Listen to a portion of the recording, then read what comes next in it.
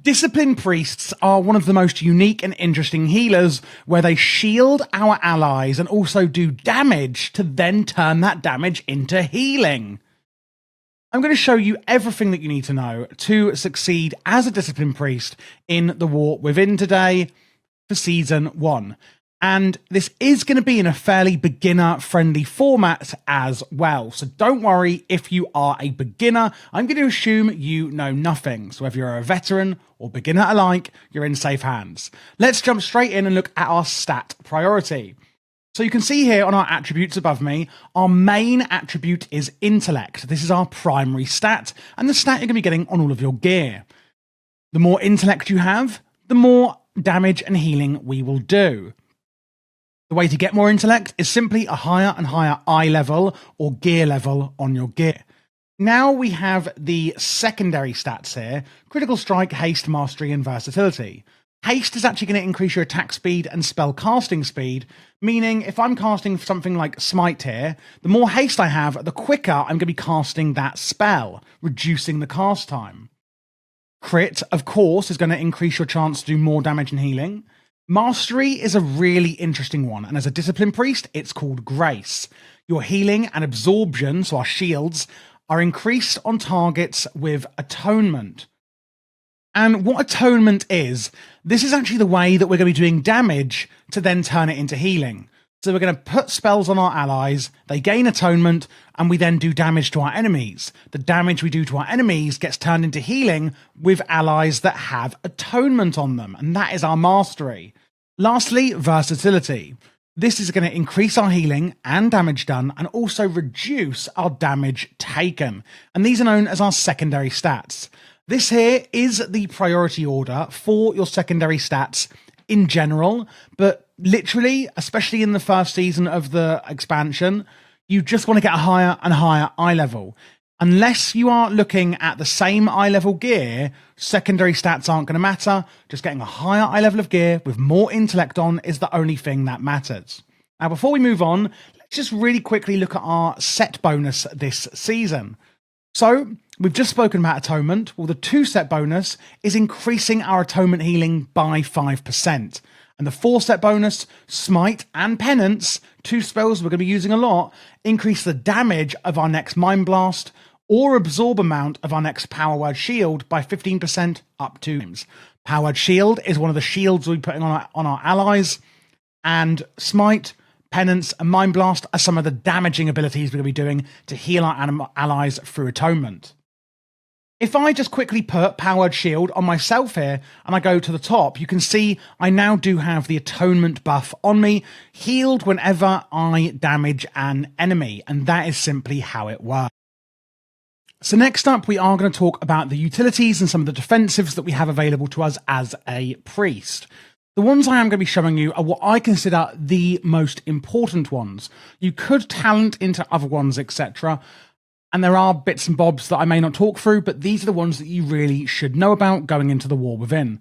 On the left-hand side of this action bar is things that you're doing to your enemy. And on the right-hand action bar, this is stuff that is impacting us and our allies. So starting off on the left then, we've got Psychic Scream here, which is basically going to fear our enemies and make them run away. We also have Mind Control, controlling a mind of up to 1 level above ours for 30 seconds. So if we're level 80, we can mind control to level 81. Does not work versus demonic, undead, or mechanical beings. We can mind control them in really niche scenarios. This is going to be really, really useful for you. And then going on to the right-hand side, we've got over here, Dispel Magic and Purify Disease. This will remove a disease and or a magic effect on your allies. We also have Leap of Faith, which will pull your allies to you. Let's say they are standing in something's about to hit them. You can basically just pull them to safety. We have Power Word Fortitude, increasing our allies' health for an hour. This will work on us. We can cast it on people in the wild. We can cast it on our party and all raid members. Now, when you do use it on yourself, if you are in a party in a raid, it will cast it on everyone. We have Angelic Feathers, where you can place an angelic feather on the ground, and you or any ally that steps over it will get a short speed boost with 3 charges of that. You can also make macros so that it will automatically place it at your feet and things like that. I do have a huge list of macros that I use on my Patreon account. Do sign up there if you would like to see those. And then on the bottom row, we've got Vampiric Embrace, filling you with the Embrace of Shadow Energy, causing you to heal a nearby ally for 50% of any single target shadow damage you deal. Just a great way of getting some healing back out of the damage we're going to be doing anyway. Desperate Prayer, really simply, is going to heal us for 33% of our maximum health over 10 seconds. So it's going to increase your maximum health by that for 10 seconds, but also heal you instantly for that. Lastly, we have Mass Dispel.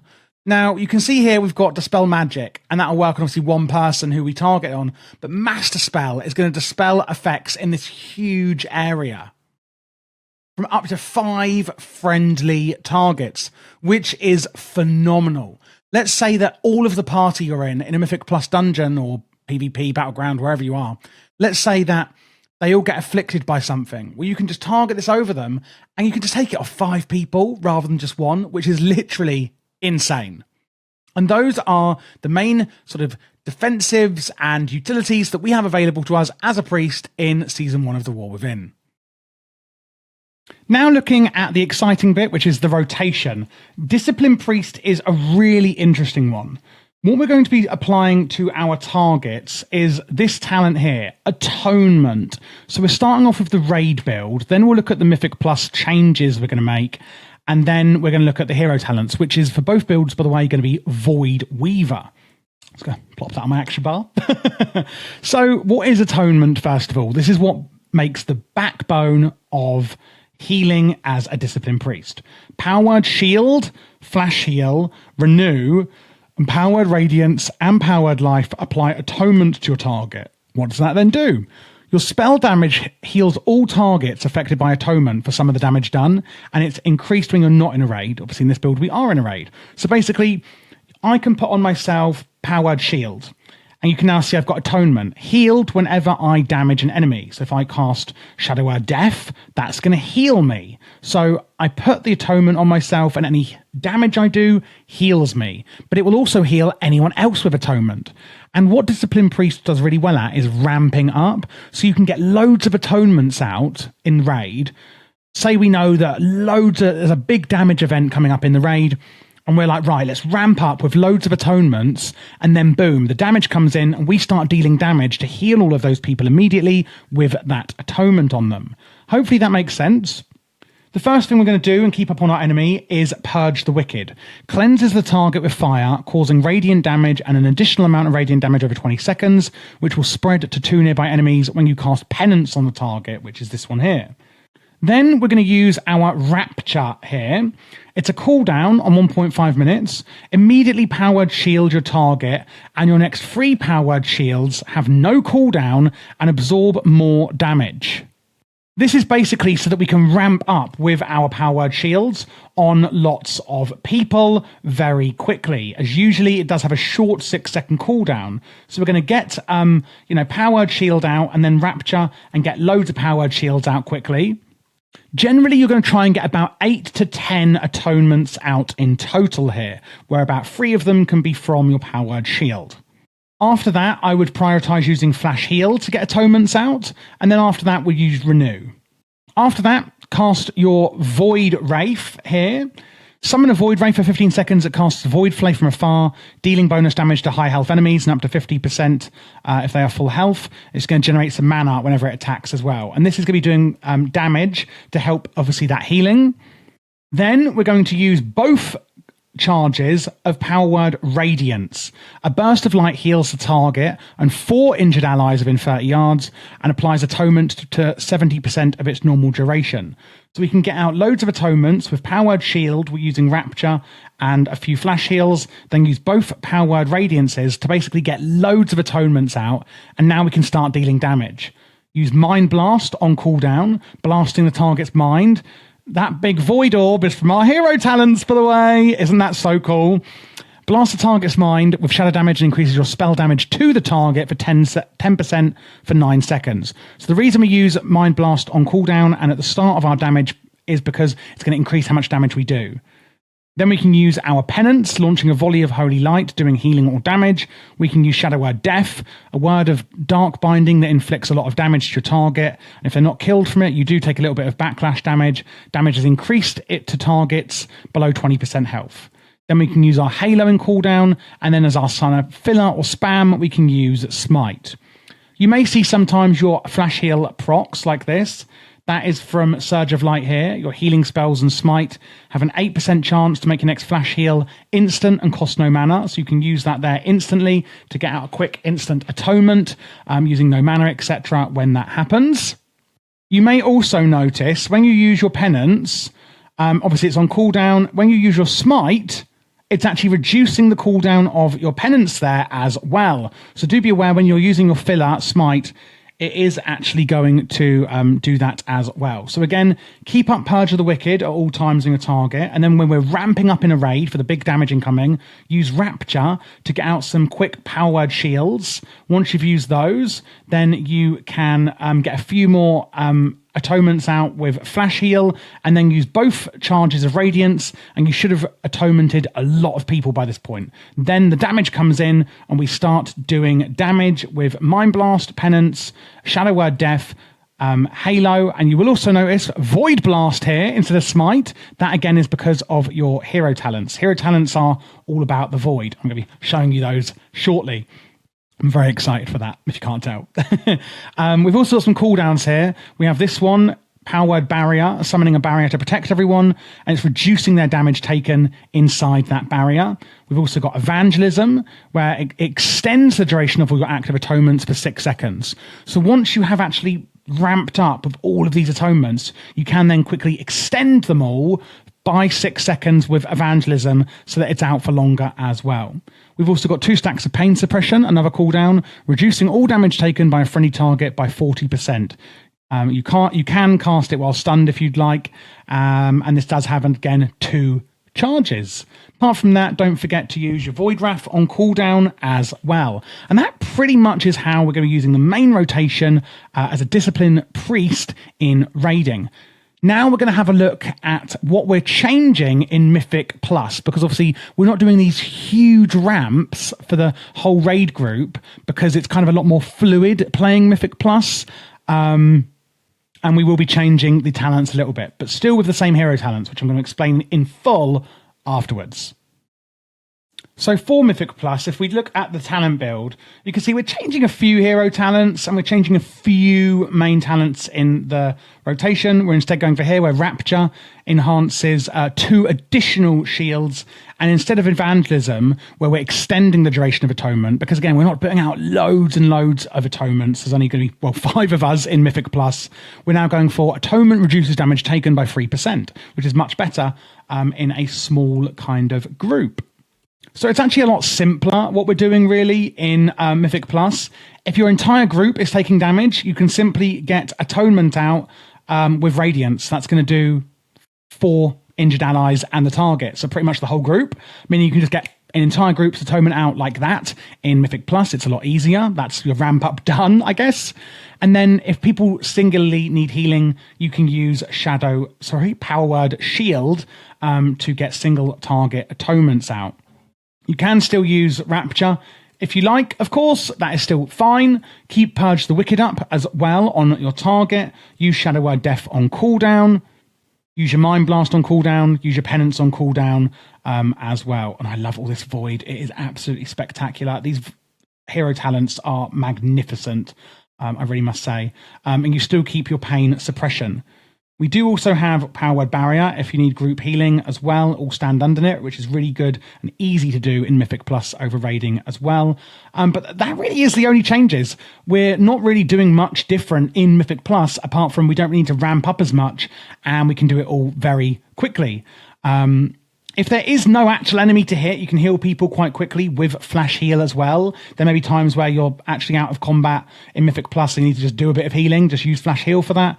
And use Smite as your filler again. And Yeah, there's not really much else to say on Mythic Plus with this one because it is just the same thing, but on such a more condensed version of itself. There are some important talents I want to make you aware of in both Raiding and Mythic Plus.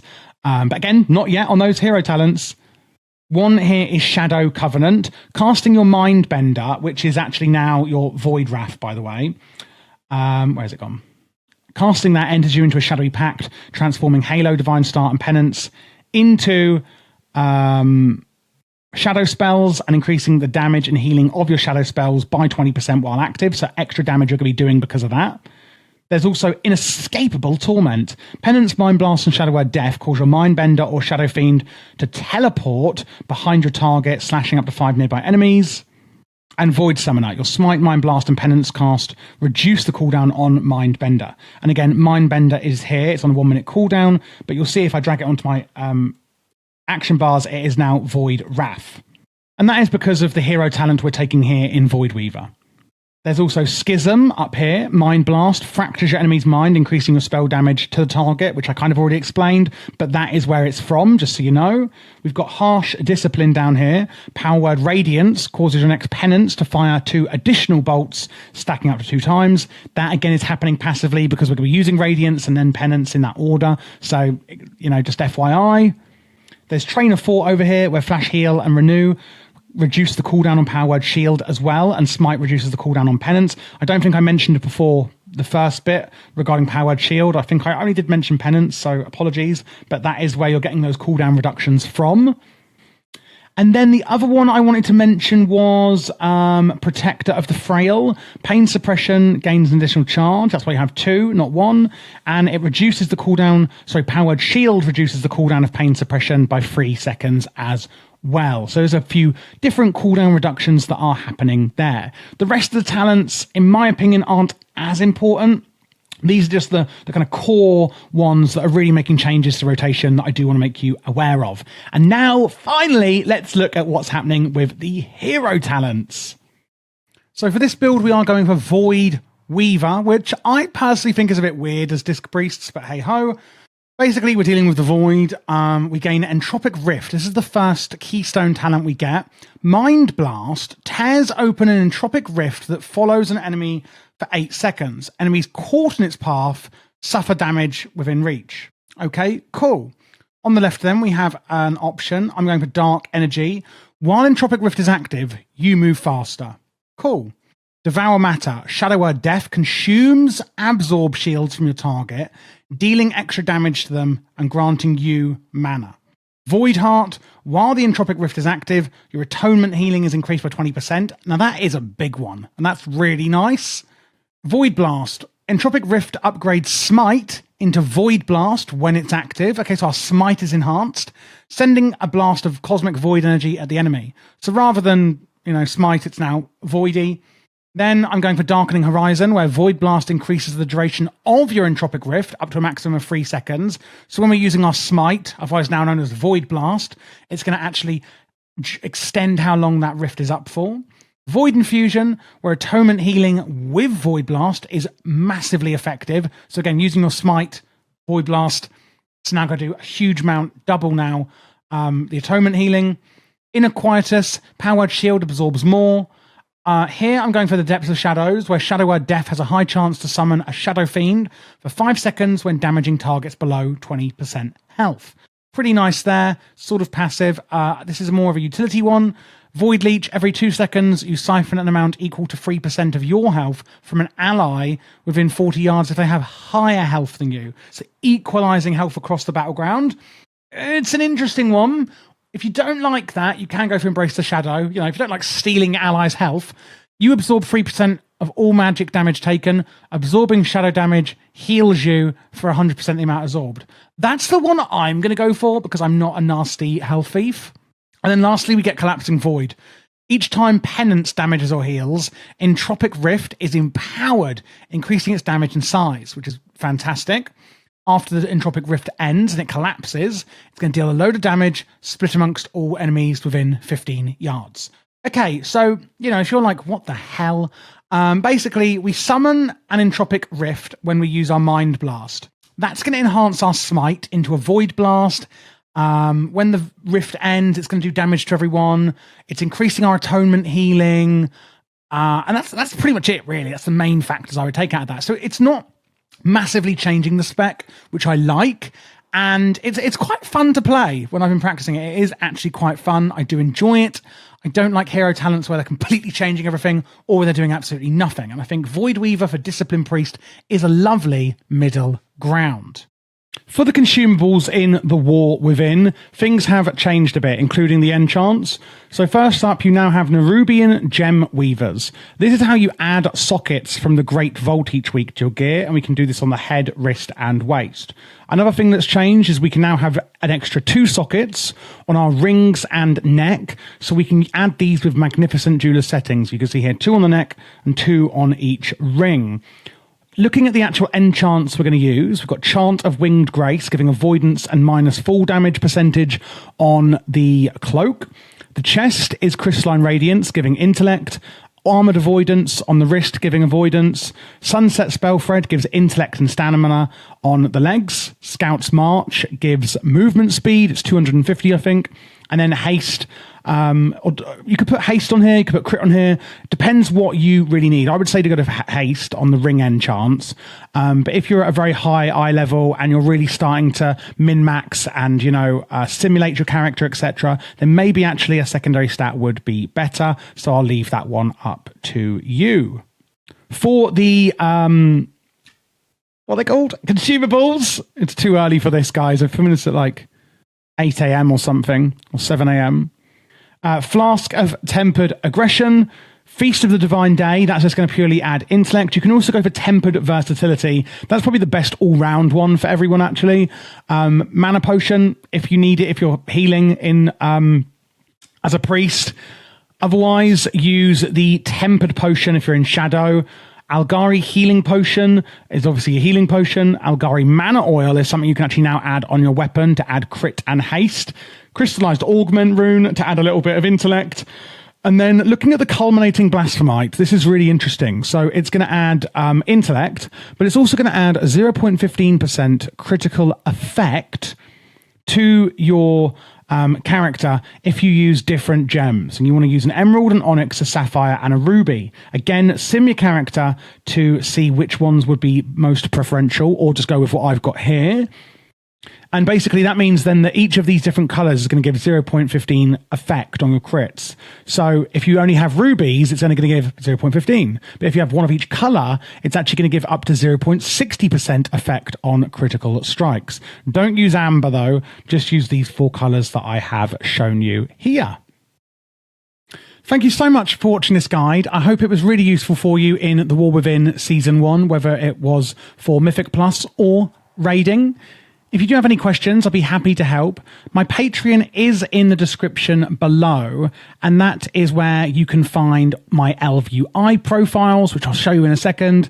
And also, I'm putting together a huge macro list for every single spec that's going to be really useful for you in The War Within as well. I am doing all classes and specs for The War Within, so if you are new to the channel, then please do click this playlist here to check out what else I have, which is all of them. There will also be PvP guides on this channel as well for War Within Season 1, so make sure to look out for that. This here is the UI that I was referring to.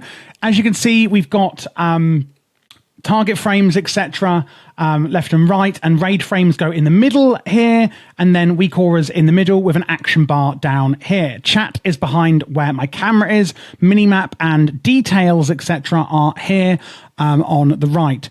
All of the plater profiles, the voodoo, the LVUI, etc., details profile has all been made by me. And again, you can get this on my Patreon should you like it.